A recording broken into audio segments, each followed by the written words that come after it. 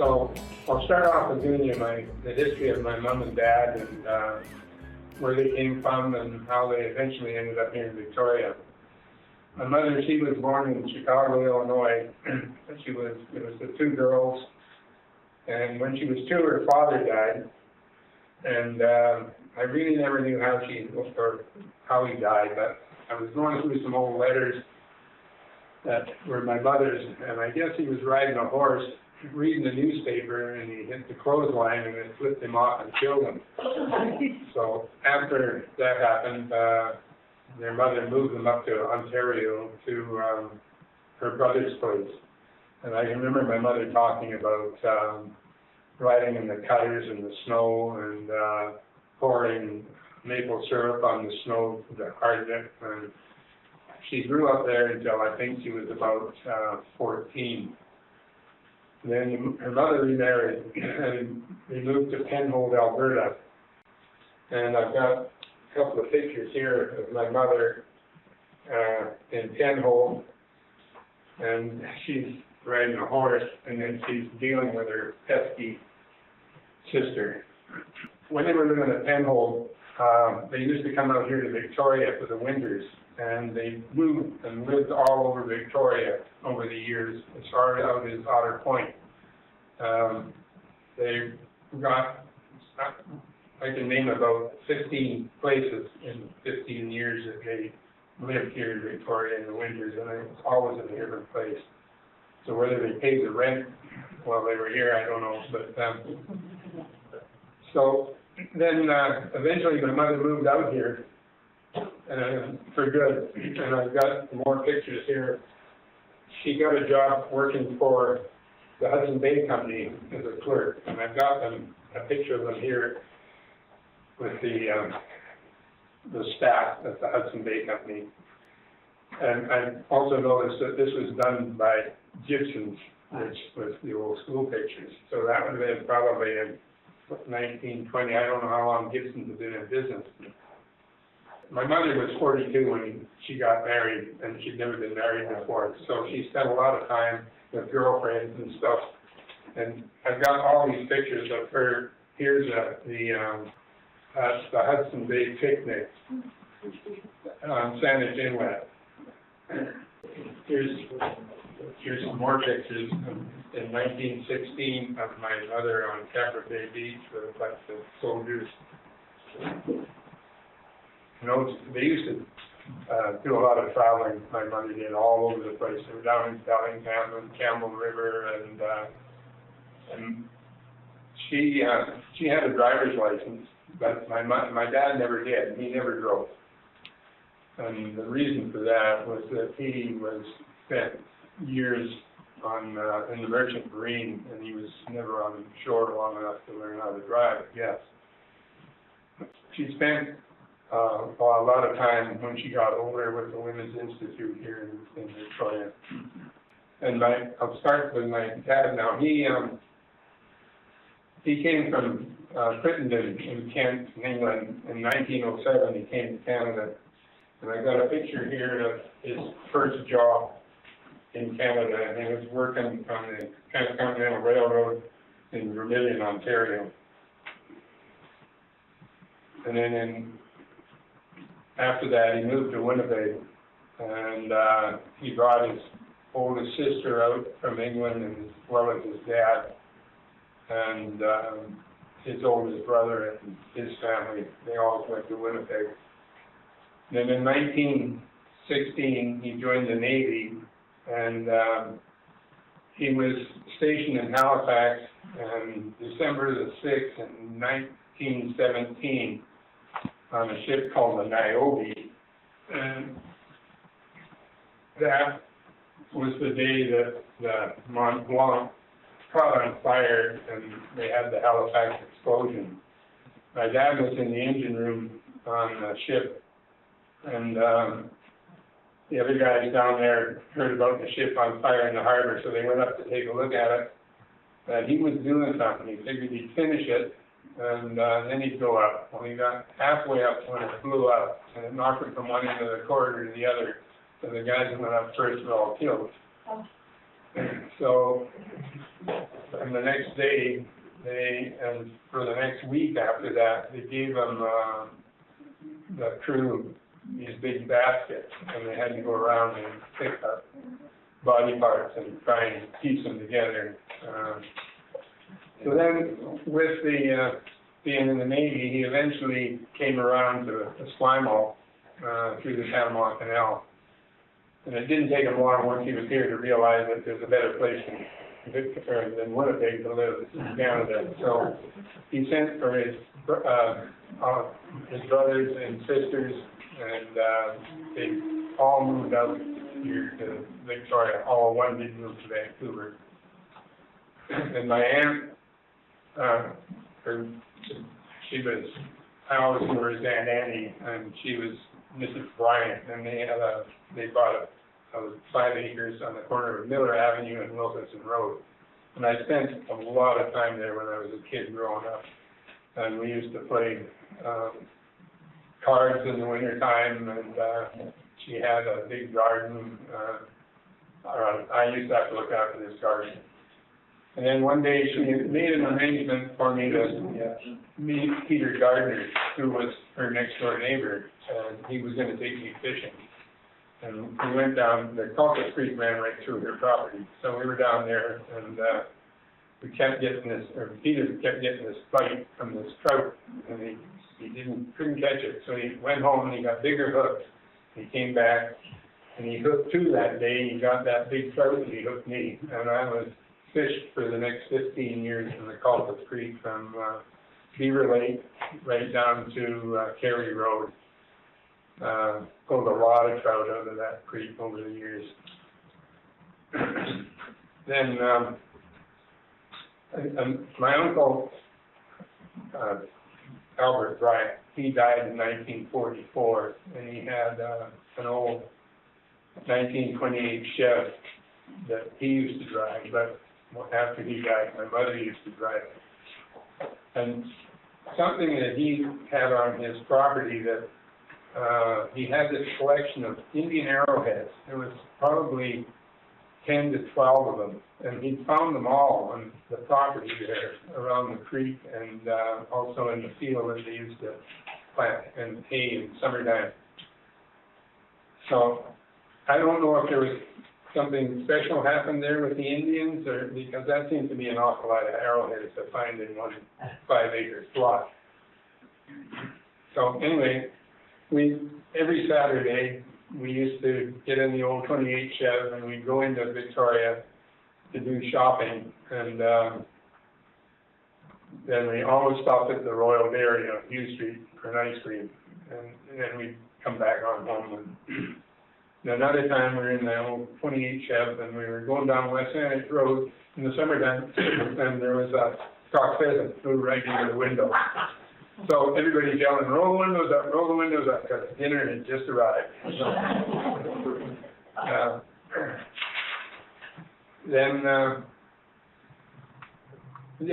I was at home there, when I was growing up, I can remember listening to the radio and listening to The Shadow and the Green Hornet and Dick Tracy, and every Sunday, we always used to, in the winter, we'd start the fireplace up and make popcorn and sit around and eat oranges.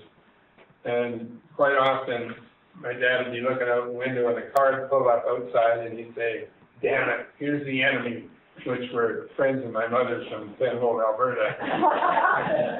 And but he was always nice to them when they came in the house. So.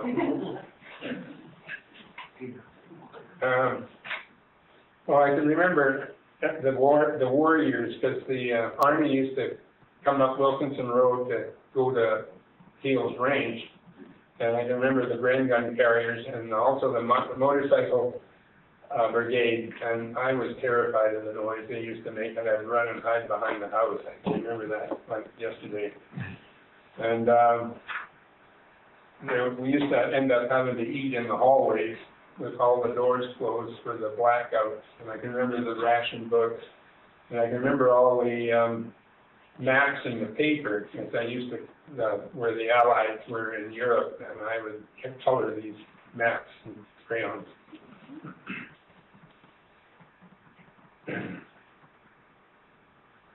Well, something else that I remember, and I guess it was a big deal, they found a bunch of Japanese writing on the rocks up on Mount Douglas.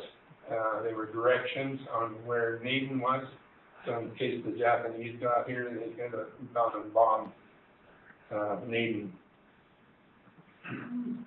And in the fall, we always used to come up here to the Royal Oak Cemetery to pick mushrooms. It was a great place for picking mushrooms. In fact, I think my oldest daughter now, she still comes here, but she gets blackberries, wild blackberries. And then I went the first day of school at Royal Oak. Or, another, I'll go back a little bit here. My dad, once he got here, he left the Navy, and he joined a ship called the Canadian Winner, and it was built here in Victoria. And he was on the maiden voyage, and it was going to Australia and New Zealand. And I've got all these postcards and stuff of his where he's been all over the world. You can pass them around. So I guess my mother was out, they were living on Wilkinson Road. What I know now is was the Corker's house, which was right next door to where we ended up building on Wilkinson. And she was living there, and my dad, between trips, he'd come and stay at the Bryants down on Miller Avenue, and so that's how they met. And they were married in 1936 in that church in the corner of Wilkinson and Glen Road. When I first started school, they had a soccer team there. There were two soccer teams, and one was the Ford and one was the Chefs. And everybody wanted to be on the Ford team. But of course, my mother drove the Chev, so I had to be on the Chev team, and I don't think we ever won a game.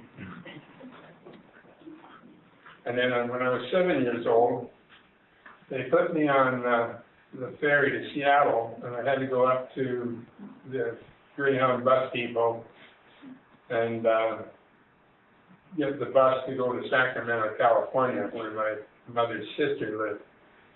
And that was probably one of the more memorable trips of my life, but not in a good way. My dad always used to say that things like that built character, but in my case, it built fear and anxiety. And my aunt, when I got there, she was just appalled that they let me go down there by myself at 7 years old. So they brought me home. In grade 5, I was on the soccer team, and we were playing Prospect Lake, and all the boys had steel toe caps on their boots. And I was in goal, and I got kicked in the leg, and I got a broken leg over it, and then the school board banned the steel toe caps. Then I ended up joining the Boy Scouts, and that was Peter Goddard's dad, was the scoutmaster, and he knew I spent a lot of time fishing in the Culver's Creek, and so he got me a job working for Dr. Parazoo, and I was collecting crayfish, snakes, and newts and fleas off the dog. I used to get a nickel for crayfish, 10 cents for snakes, 10 cents for newts, and 1 cent for fleas. I should have got 10 cents for fleas, because I know suckers are hard to catch.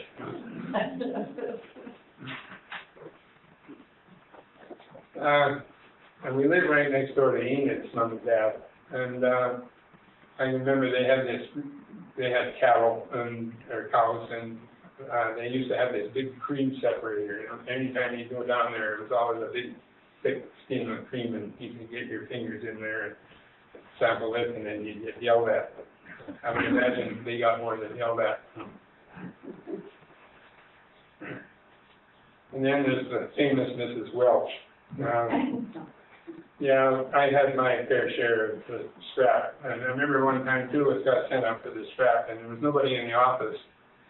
So we took the strap out of the drawer, because we just happened to know where it was. And there was an old leather football there with the laces in it, so we unlaced the football and stuck the strap in there, and she came in, she tore the place apart, and we didn't find it. And there was always a rattle in that football after that.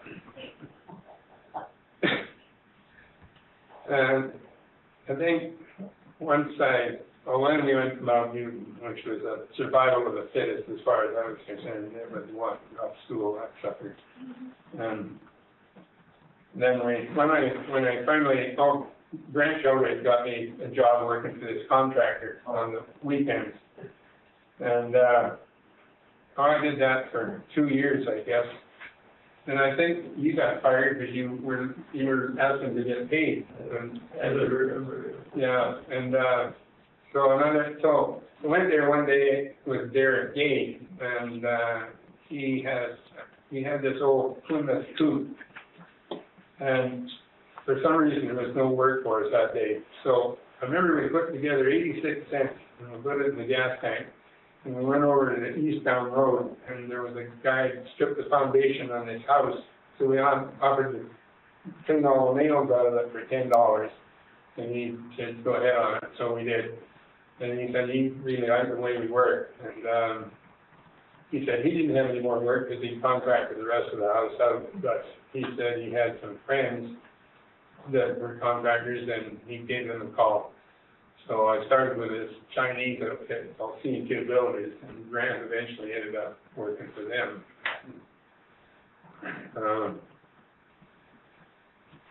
And then when I was 16 in the summers, I went to work for the BC Forestry in Haney, a place called Mike Lake, and we were building horse trails, and we re-decked 2 bridges. And then the following year, I spent with them again, but this time on Mount Seymour, and we were clearing ski trails, and we resurfaced the gravel road that summer. And I ended up going back with Keith Cameron. He came out here for about 4 years, and then he went back to Manitoba, and I used to go back to visit him once I got my driver's license. And him and I been back and forth there 2 or 3 times. Also, when I lived at home, Cowie, the tree surgeon, used to dump all the branches from their tree surgeon business in the old rock quarry across from our house. And we used to go over there and build forts in them, and also with our supply of wood for the fireplace. Then when I first left school, I went to Campbell River, and I worked on a new road up Elk Valley when they were building the Strathcona Dam, and then came back and I started my apprenticeship carpentry with a company called Howland Wilson. And after a couple of years, they did the solarium job, and they did it too low, so they ended up going broke. And I was between jobs, and I was thinking about forgetting about the apprenticeship and going up north. And I was coming out of Eaton's through those overhanging doors onto Douglas Street, and Mrs. Welch was coming in, and she saw me, and she chased me around out onto Douglas Street and wanted to know what I was doing, and I told her I was thinking about going up north and quitting my apprenticeship. Well, she went up one side of me and down the other about quitting and sticking with it and on and on. And I felt like Mr. Bobblehead. Yeah, right now. So 2 weeks later, I started with farmer construction and finished my apprenticeship with them. And then I left and went to New Zealand, and I was down there for 6 months, and we'd been up to, I worked down there on a pulp mill addition, and then myself and 4 Aussies, we had an old pickup truck, and we were sleeping under bridges and in barns and whatever, and we'd been up to Auckland, and we were been to the Grand Prix, and we were headed down south. We were going down the South Island. We were on the ferry between the 2 islands, and they were going to have a race down in the South Island, and they were loading all these race cars from the dock down into the hole on the ferry. And I'm standing on the deck watching them do this, and I saw this guy go by with a big cowboy hat on, and I figured, gee, he looks familiar. And then another kid behind him, and it turned out it was Phil Crampton and Mike Davies. So we got them to join us. So we bummed around down, and we were down in South Island. At that time when I was there, you could have quit 10 jobs a day. There was just so much work. And we were down in South Island. We ran out of money, and remember we went to this cookie factory. And, you know, the guy there said, well, he needed somebody, but he said, I want you guys just come in here. You get a big feed of cookies and then head back on the ferry. No, this is a career change for us. Here's what we're going to do. 1 week later, we're full of cookies and we're all back on the ferry to the North Island. So then I went to Australia and I hitchhiked from Sydney over to Perth. And that was a bit of a shocker. The flies and the snakes and the heat, and nobody picked you up. I'd spend hours sitting out there on the highway. Then I took this cruise ship and went from there to Italy, and I went and visited Dan Cuthbert in Germany and Lynn Sheldrake in England, and Lynn and his wife took me over to Ireland, and then I flew from Ireland back to London and from London to Toronto. And while I'd been away, my parents had sold my car, so I got them to send the money to Toronto, and I bought another car and drove across Canada. And then right back to farming construction, and I stayed there until after I got married. I figured I didn't want to spend 25 years paying for a mortgage, so I left farming and we went up to Gold River, and we had bought a mobile home and we were living in that. Then we moved to Campbell River eventually, and then from there down to Jordan River. And once the kids started to school, we built a house out in North Saanich. And that's basically, when I was 18, when I first came back from Campbell River off that first job, I bought my first lot. It was $850 for 3/4 of an acre in Pagoda Bay on Fowler Road.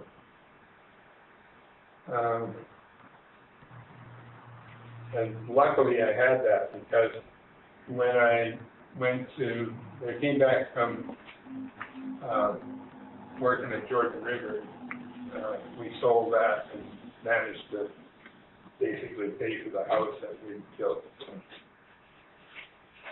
When I was a kid growing up, my dad always used to book a week's holiday at an auto court, and it was either Basin Bay, or sometimes Mill Bay, or sometimes Saltaire. And that picture there is in Saltaire. That was my first salmon that I caught. I was 8 years old. And it was 7 pounds, 8 ounces, I think. Here's a picture of the house that I lived in Wilkinson. My dad built that. And my dad,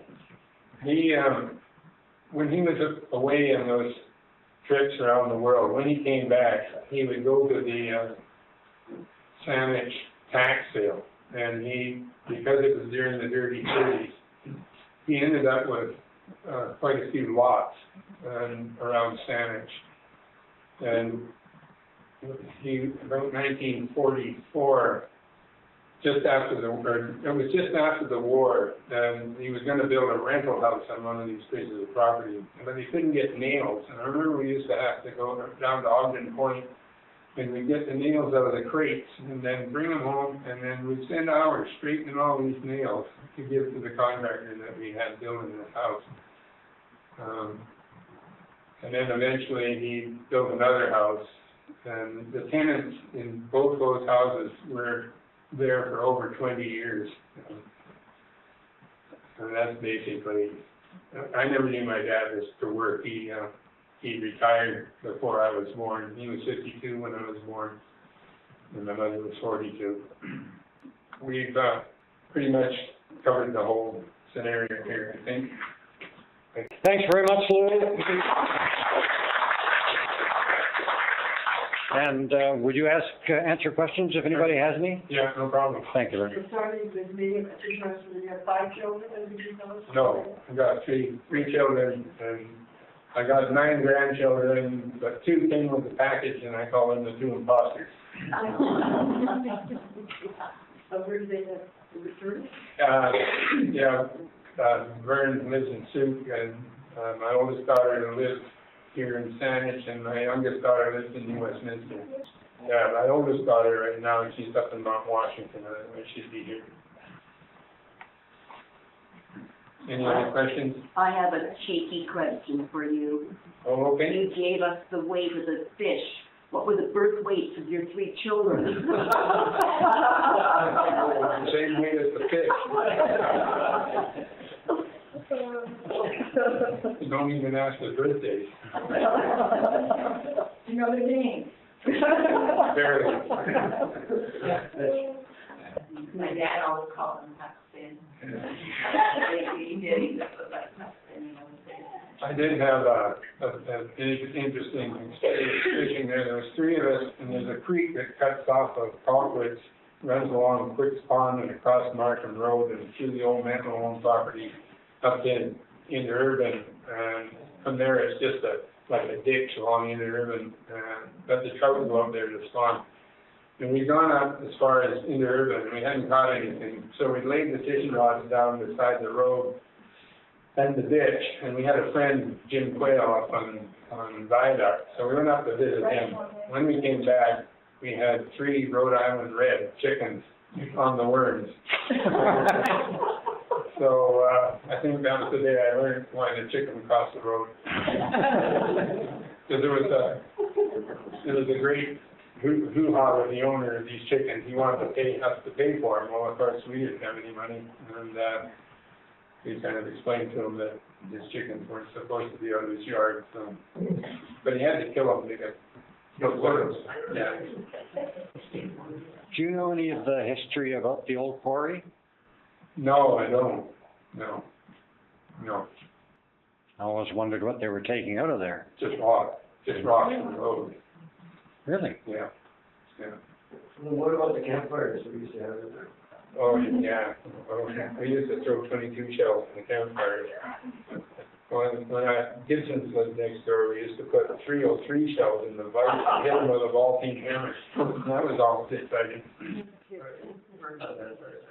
Yeah, 'cause I remember the cows coming up Wilkinson Road from the Upshur Farm down on Kerry Road, which is where the Northridge subdivision is now. I mean, your mother always seemed delighted that you were bringing home girls in numbers.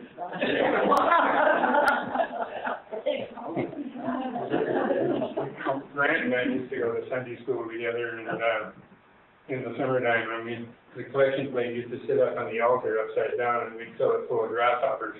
And then we shut the organ off one time, and that created a bit of a hubbub.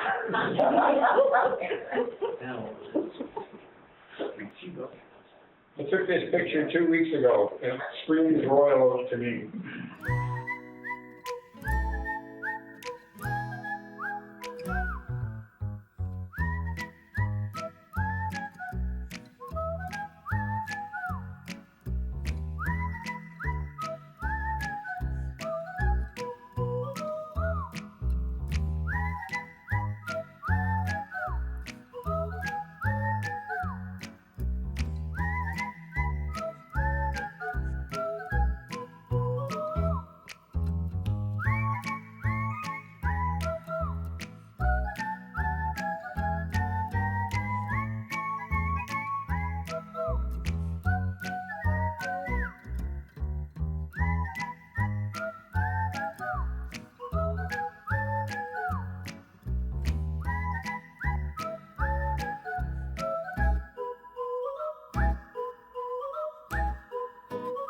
What I remember about my grandfather, one thing that I really remember about him, he used to say, if you're hiring young fellows, young boys.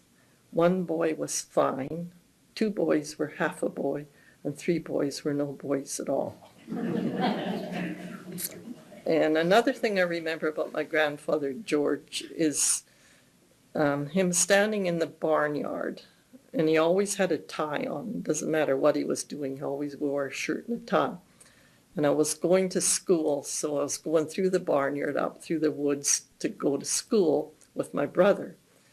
And I came across a tree, and it had this thing up in the tree, and it had big black eyes and rings on its tail, and I was scared stiff, so I ran back to the house, and my grandfather stopped me and said, "Where are you going?" And I said, "Oh, there's such a thing up in the bush." And he says, "It's just a raccoon." And he says, "Go back to school." So my name was Rogers, and I'm going to talk about the Rogers families. And the family originated in England, and I do have pictures here which you could look at afterwards. And my grandfather, George, came to Canada in 1885. In 1886, he came to Victoria. He worked on the Madrona farm in James Bay, and apparently he operated another farm on Toronto Street. And James Bay at that time was growing, so he decided that he would lease property on the Gorge Road, and he leased the Craigie farm. And there's pictures here of the Craigie farm. His dairy business kept growing, so he eventually ended up purchasing land to the west of Lake Hill. And the Lake Hill is now known as Christmas Hill. And at the same time, about that time, he married Lily Stevens. She had come out from England too, and they were married on January the 16th, 1897 in the Christchurch Cathedral. Their first child, Rosa, was born, Rosa Ethel, and she was born when they were at the Craigie farm. Then they moved to the Lake Hill farm, and I just have to show you sort of where it went through. And today, if you were trying to visualize where the farm was, it's right where the Pacific Christian School is on the Pat Bay Highway, and that is roughly where all the barns were.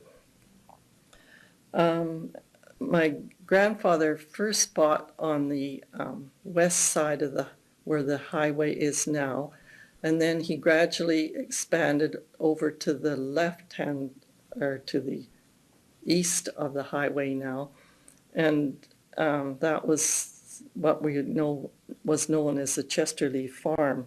I am going to try and read a little bit about the Chesterley Farm, because it is interesting when you go back into the history of who owned the land there. This is an excerpt that my dad's cousin wrote. And it says, early in 1903, a large tract of land bordering the east side of what we have called Agnes Street property, which would run into the Pat Bay Highway, became available, and George quickly took steps to acquire it. This new property was part of an original grant of land from the A Company of Gentlemen Adventurers trading into Hudson's Bay to John Casper von Allman. And this original indenture, dated September the 10th, 1858, identifies the grant to the Victoria District Section 65, covering 312 acres, including the north half of Lake Hill, which is Christmas Hill. And I can't help but wonder whether Van Almen Avenue hasn't been misnamed. It should be Von Almen Avenue. In 1904, my dad, George Wright Rogers, was born, And George, his father, terminated the Craigie Lee lease on the Gorge Road in 1907. A third child, Beatrice Mary, was born in 1908. And in 1910, polio struck Rosa Ethel at 11 years of age. And here's, this is a family photo of the Rogers family. And about the time of the First World War, my grandmother, Lily, was very involved in doing good works for the Red Cross Society. And she did a lot of knitting, a lot of sewing, and organized a group of ladies to make garments for the men overseas. And she did such a good job that she won a contest of knitting socks. And I brought the cut glass vase to show you what she had won there. They also had garden parties at their home on Agnes Street, where their original family was. And they had Red Cross parties to raise funds. About the time my grandmother had a heart attack at age 49, so she died. And after she died, my grandfather George built another home on the east side of what is now the Pat Bay Highway. And go back to my aunt, Rosa Ethel. When she was struck with polio, that was very traumatic for the family. And as a result of her polio, she lost the use of her legs and one arm. It did eventually come back somewhat, but she always walked with a brace, and she used to paint pictures, and I brought some of her pictures that she painted. She used to lie on her stomach and paint, and she did some very lovely watercolors. One anecdote that my father used to tell me about the railroad that went through their property, which was a V&S railroad, that when it was in the summertime, the fields would catch on fire and they would have to go out and knock down the flames from the train. And my aunt, Rosa, she wrote some anecdotes of what she remembered. And she said the V&S Railroad passed through our farm and was convenient transportation to the city. The stopping place, if it was flagged, was about 100 yards from our house and was known as the Red Barn Crossing after a barn on the property on the opposite side of the track. It was also known as the Rogers Crossing. The small platform made of logs seemed very inadequate when the train rumbled by and far too close to the track for safety. So we all stood on the road and well back until the train, hissing steam, came to a halt. Was known as the Cordwood Express. The train was seldom on time, and we could watch for it from our dining room window and detect the trail of smoke, or after dark, its lights after it left the Royal Oak station.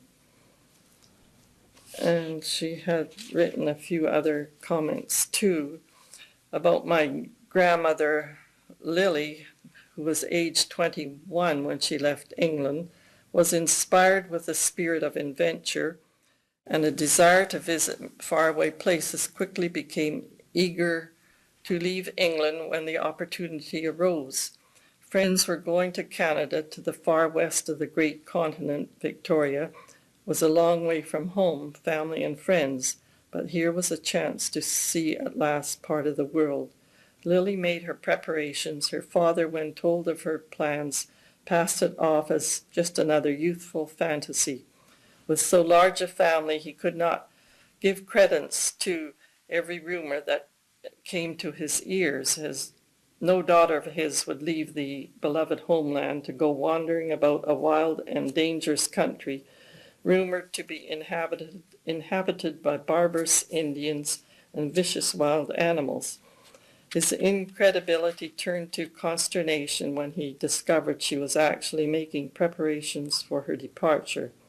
Lily did her best to assuage his fears for her safety and assured him Canada was not nearly as uncivilized as he imagined, that she was going to a town of considerable size, with churches, stores, hotels, and daily newspaper and streetcars. After all, this was 1893.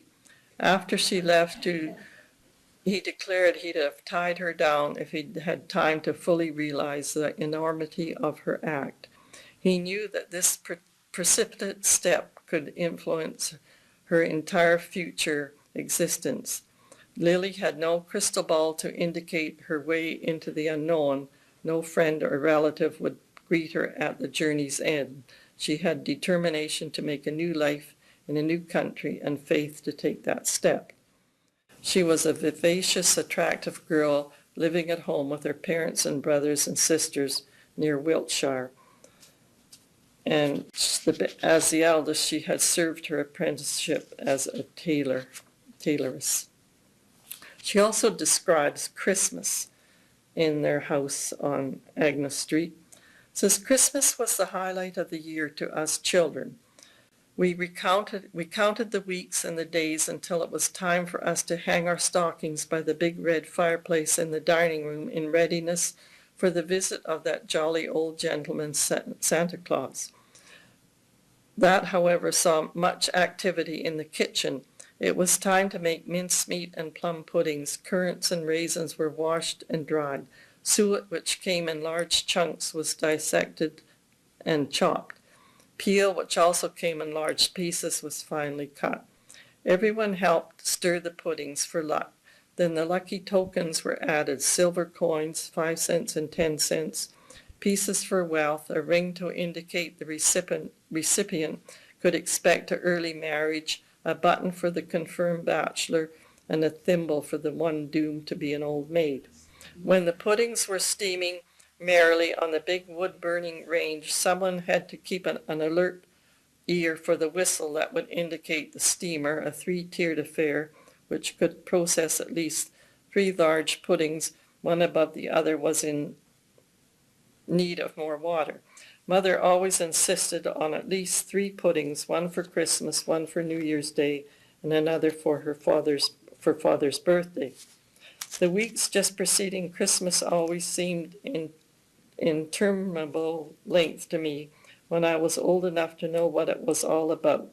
A few days before Christmas, a large quantity of Oregon grape leaves were gathered from nearby woods.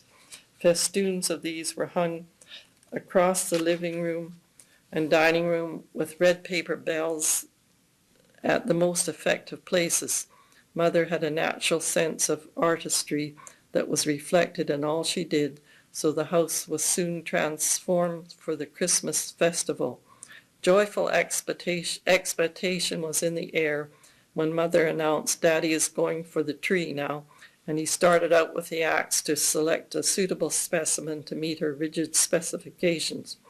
Not too short, not too tall, a well-formed tree, sturdy enough to carry the myriad of glittering ornaments and the dozens of candles, as well as gifts for the family, employees, and friends fortunate enough to be visiting at Christmas time. After what seemed a long time, Father would stagger in with a big tree. It was quite a feat to bring a tree of such proportions into the living room and set it up in the bay windows, its trunk firmly placed in a large tub of stones. A tree out of doors seems smaller than it really is, so on occasion it was found to be impossible to raise the tree upright. Then began the task of decorating the tree. First of all, each orange and apple had a string threaded through it. A large quantity were used, tied to the branches to weigh them down. Then the lovely ornaments were added, the pink ship with the white sails and tinsel trimmings, little birds on tinsel nests, many varied colored balls, icicles, and last of all, yards and yards of tinsel and dozens of various colors of wax candles about 4 inches long, and little holders were snapped onto the branches. Some of the candles had globe-shaped like roses, very fragile things. We always had guests for sit-down supper on Christmas Day, and in the evening the tree was illuminated with the light from the little wax candles when the gifts were distributed, and also a Christmas cracker given to each person. Then she talks about the big snow of 1916, and I do have pictures here that were taken on the farm there. Those who lived in Victoria in 1916 and old enough to remember think of February of that year as the time of the big snow. Nothing like it had occurred to disrupt traffic and industry since the city was incorporated, although some of the early settlers had experienced some bitter winter weather.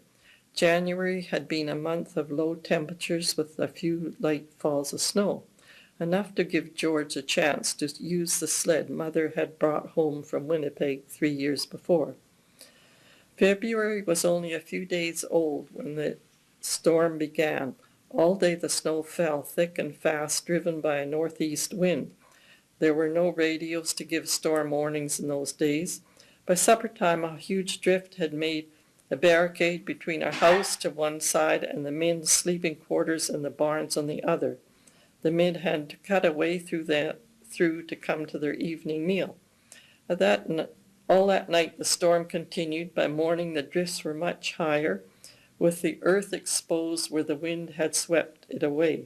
In many places the route taken by the milk carts was blocked by 4 feet or 5 feet of snow. My father and several men with shovels attacked one such drift at the gateway leading to the lane. Against the velocity of the wind, it was a losing battle, and it was useless to struggle against the elements so milk could be delivered out that day. Father entered the house half frozen, dejected, cap pulled down over his ears, was frozen to his hair, and his breath had formed ice. It was the first time in 29 years that he'd failed his customers. The babies needed the milk, and they would have got it if it was humanly possible, but it wasn't. Conditions in the city were just as bad. Everything had stopped. The streets were clogged with snow. Streetcars were stalled in their tracks. No one could get to work. There was no snow clearing equipment in the city or nearby municipalities. As soon as the snow stopped, the army from the Workpoint barracks was shoveling in the city streets, making a network of narrow tunnels for horse-drawn sleighs and pedestrians. By the next day, the snow had eased. On the level, it measured over 2 feet in depth, but it wasn't level. Everywhere the drifts impeded progress. They rose 5, 10, or 20 feet high in some places. Once more, an attempt was made to get the milk into the city, but part of Agnes Street from the railway to Glanford Avenue was blocked to the top of the fence post. No horse could get through, and digging a way through was out of the question. Permission was given by a neighbor to take down a section of a fence so that they could get through. Milk was loaded into the box wagon and drawn by a team of heavy work horses. I'll talk a little bit more about the war effort.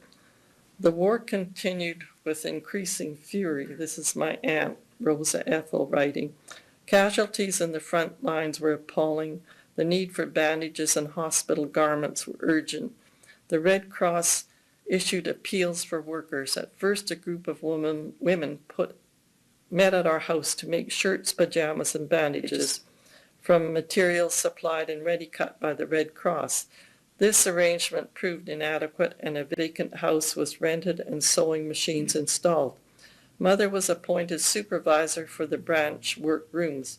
Many women were anxious to do their bit for the war effort, willingly volunteering their services. These inexperienced in sewing and knitting were anxious to learn, but their lack of training resulted in many poorly made garments, some wrongly assembled, such as sleeves in the wrong hole, and all these errors had to be remedied before the finished articles were returned to the main supply center. Mother often brought the discarded garments home, and she and another lady corrected the mistakes. Both were knitting and sewing whenever they could make time between the necessary activities of a farm home. Yards of bandages and bindings were hemmed on the treadle sewing machine. Mother won first prize for the best pair of knitted socks with 80 pairs submitted, and that's the vase, and the award was a beautiful cut glass vase. Money for the Red Cross was needed too, so Mother suggested a garden party to be held in our garden. Father approved of the idea and supplied men and materials to make the booth. It was an afternoon and evening affair. Electric lights were strung across the lawn and with Japanese lanterns in gay colors. The weather was right, sunny, and very warm. Young girls in fancy costumes moved among the guests with trays bearing ice cream, candy, and found many ready customers. In 1917, 3 years after the war began, Mother's health began to decline, and then she had the heart attack. Then she writes about when she was stricken with polio. In September 1912, when I was 11 years old, I was stricken with polio with legs and left arm paralyzed. I was a very active child, fond of sports and playing the piano. When the doctor was leaving, he diagnosed the case. It may be weeks or months or even years before she walks again. My mother had never heard of polio, and these words must have been a great shock to her. I don't suppose I was meant to hear the doctor's verdict, but his unqualified statement brought only disbelief to my young mind. It was unthinkable that I wouldn't be able to walk and run and jump and dance as I'd always done. My father was stricken with grief. After 7 weeks in St. Joseph's Hospital, I came home, useless except for the right arm. The rehabilitation treatment was begun in the hospital and was to continue for a long period. And she had Emily Carr's sister come out. Emily Carr's sister was a masseur, so she came out and attended to my aunt, and she came out on the train. And these are pictures of the Craigley farm, which is on the Gorge Road.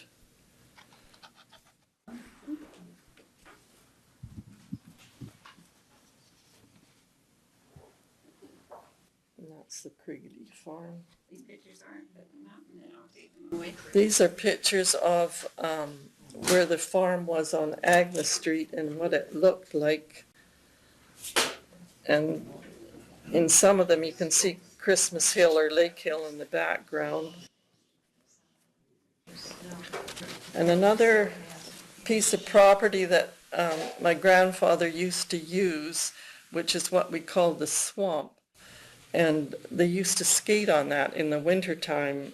People used to come out on the train and they would skate on the pond, which was right by where the Pat Bay Highway is now. And my grandfather also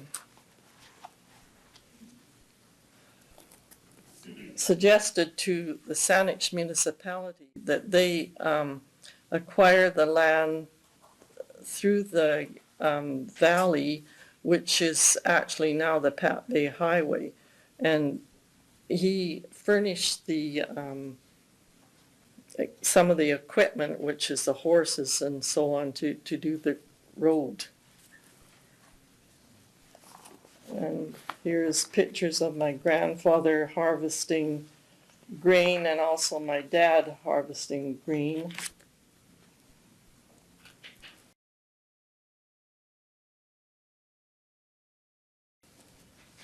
This is what I was brought up with on Rogers Avenue, what it looked like then from an aerial photo. This is what Rogers Avenue used to look like when I used to ride my bike to school.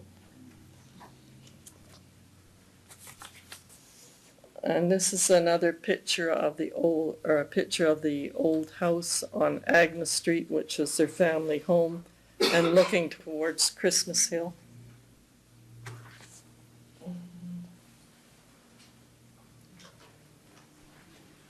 Did I get the paintings?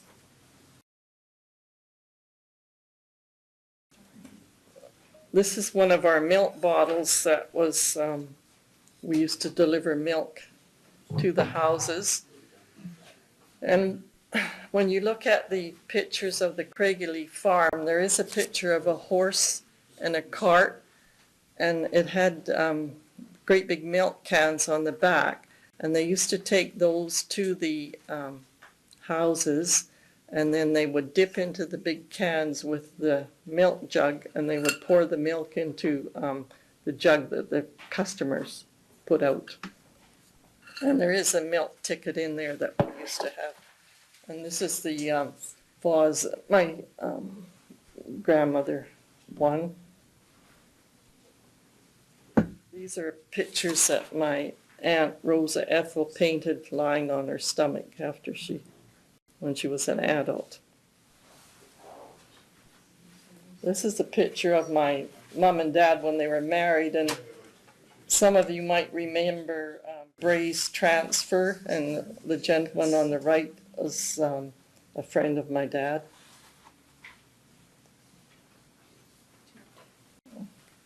Thank you. And Bill from the Craigie farm, and this is the later one, which we call the Chesterley farm, and this is a route book that my dad had that he marked off when he went to customers.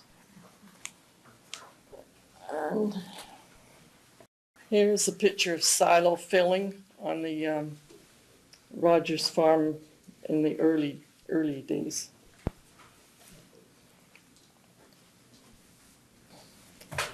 And this is what our milk bottle caps used to come in. And I guess that's, unless you want to ask me some questions, I don't know what else to. Oh, I guess I should tell you about our opium.